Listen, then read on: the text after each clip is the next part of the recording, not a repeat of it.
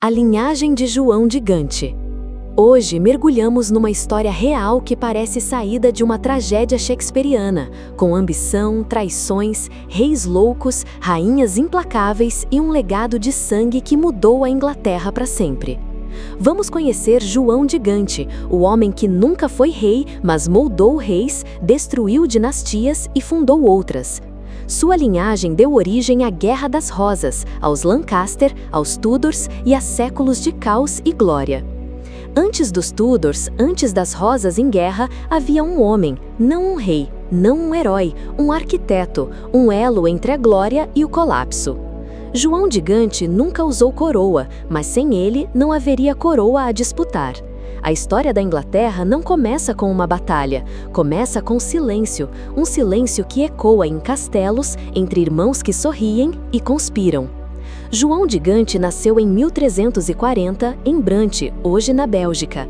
Era filho de Eduardo III, o rei que sonhava dominar a França, e de Filipa de Hainaut. Quarto filho do casal, tornou-se o terceiro sobrevivente, suficiente para não herdar o trono, mas ainda ter poder.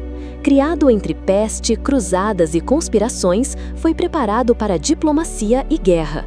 Tudo mudou com seu casamento com Blanche de Lancaster, que lhe trouxe o imenso ducado de Lancaster, terras, riqueza e influência. Com Blanche teve Henrique Bolingbroke, um menino ambicioso criado sob a sombra de um pai que não era rei, mas agia como tal. João se tornou o verdadeiro pilar do reino, enquanto o jovem Ricardo II tentava governar com mãos frágeis. João teve mais filhos com sua amante, Catherine Swynford, 4 ao todo, os Beaufort. Foram legitimados, mas com uma condição: nunca poderiam reivindicar o trono. Assim, a linhagem se partiu em 2 ramos, o legítimo e o bastardo. Henrique Bolingbroke nasceu herdeiro de terras, mas queria o trono. Filho de João de Gante, cresceu com os olhos na corte e o coração impaciente. Seu primo Ricardo II era vaidoso, cerebral, desconfiava de João de Gante e detestava a ambição de Henrique. Quando João morreu, Ricardo confiscou as terras dos Lancaster, erro fatal. Henrique, exilado, não esqueceu nem perdoou. Em 1399, enquanto Ricardo estava na Irlanda, Henrique desembarcou com um exército. Os nobres, cansados de Ricardo, uniram-se a ele. Ricardo foi capturado e forçado a abdicar. Henrique IV foi coroado como o primeiro rei da Casa de Lancaster, mas sabia que era visto como usurpador. O trono tremia sob seus pés. Rebeliões surgiram e o fardo do poder o envelheceu rapidamente. Henrique V nasceu sob a sombra do pai usurpador, mas decidiu escrever sua própria lenda. Cresceu nos campos de batalha, duro, disciplinado, ambicioso. Quando subiu ao trono em 1413, aos 26 anos, a Inglaterra era um reino inquieto. Para restaurar a glória, olhou para a França. Em 1415, na lama de Azincourt, com um exército faminto e em menor número, derrotou a elite francesa. O Tratado de Troyes, em 1420, fez dele herdeiro do trono francês. Casou-se com Catarina de Valois para consolidar. A Inglaterra dominava o continente e a Casa de Lancaster estava invicta. Mas em 1422, Henrique V morreu de disenteria, aos 35 anos. Henrique VI nunca pediu uma coroa. Com a morte de Henrique V em 1422, o herdeiro tinha apenas 9 meses. Durante os primeiros anos, o poder foi exercido por regentes, famílias rivais divididas entre Lancaster e York. Henrique cresceu frágil, gentil demais, religioso demais. Quando adulto, revelou-se piedoso, introspectivo, instável. Sofria colapsos mentais e às vezes não reconhecia nem a esposa. A rainha Margarida de Anjou tornou-se líder informal, inteligente, feroz, mas também a ruína dos Lancaster. Os nobres não aceitavam ser governados por uma francesa e os York começaram a se erguer.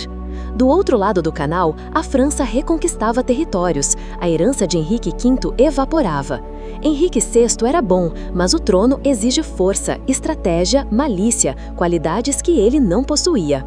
Foi na loucura de um rei e na fúria de uma rainha que a Inglaterra se partiu. Henrique VI perdeu a confiança de todos. Margarida assumiu o controle através de alianças e manipulações. Seu primo Ricardo, Duque de York, também descendente de Eduardo III, surgia como rival capaz e ambicioso. Em 1455, a primeira batalha de St. Albans deu início à Guerra das Rosas, Rosa Vermelha de Lancaster contra a Branca de York. Henrique VI foi capturado, libertado, deposto, restaurado. Foi rei 2 vezes, mas nunca governou. Em 1471, na Batalha de Tewkesbury, seu único filho Eduardo morreu. Com ele, a linhagem masculina legítima dos Lancaster acabou. Margarida foi capturada e Henrique VI assassinado na Torre de Londres.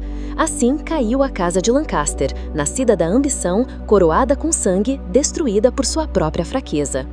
Mas o sangue de Gant não desapareceu. Os Beaufort, filhos legitimados de João com Catherine Swynford, sobreviveram. Dentre eles, Margaret Beaufort teve um filho, Henrique Tudor. Henrique Tudor era tudo o que restava dos Lancaster, não filho de rei nem neto direto, mas com sangue de Gant. Anos no exílio o moldaram.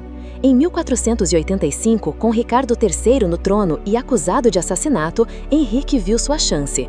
Na Batalha de Bosworth, enfrentou Ricardo e venceu. Ricardo morreu no campo e Henrique, o bastardo legitimado, tornou-se Henrique VII. Para selar a paz, casou-se com Elizabeth de York, unindo as casas. Da guerra nasceu uma nova dinastia, os Tudors. A nova flor da Inglaterra era híbrida, feita de paz, mas germinada na dor. Nascia a dinastia Tudor. Henrique VII governaria com frieza e controle obsessivo, mas manteve a paz. João de Gant nunca usou coroa, nunca sentou no trono, nunca foi aclamado rei, mas foi ele quem construiu os alicerces de todos os tronos que vieram depois. Sua linhagem começou com casamento por interesse, floresceu com golpe de estado, brilhou com rei guerreiro, desabou com menino frágil e ressurgiu com bastardo legitimado. Foi uma árvore genealógica feita de espadas e contratos, de rezas e conspirações, de amores ilegítimos e alianças calculadas. Os Lancaster chegaram ao trono pelo sangue, caíram pela loucura e deixaram cicatriz eterna na Inglaterra. Das sobras desse império surgiu a dinastia Tudors, símbolo de renovação, mas nascida da mesma raiz, João de Gant. Antes dos Tudors, antes das rasas em guerra, havia um homem, não um rei, não um herói, um arquiteto. João de Gant, filho de rei, pai de outro, avô de dinastia, que brilhou e sangrou.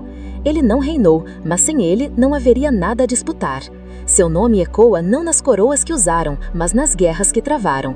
Na história da Inglaterra, muitos usaram o trono, poucos o construíram. João de Gant foi um deles.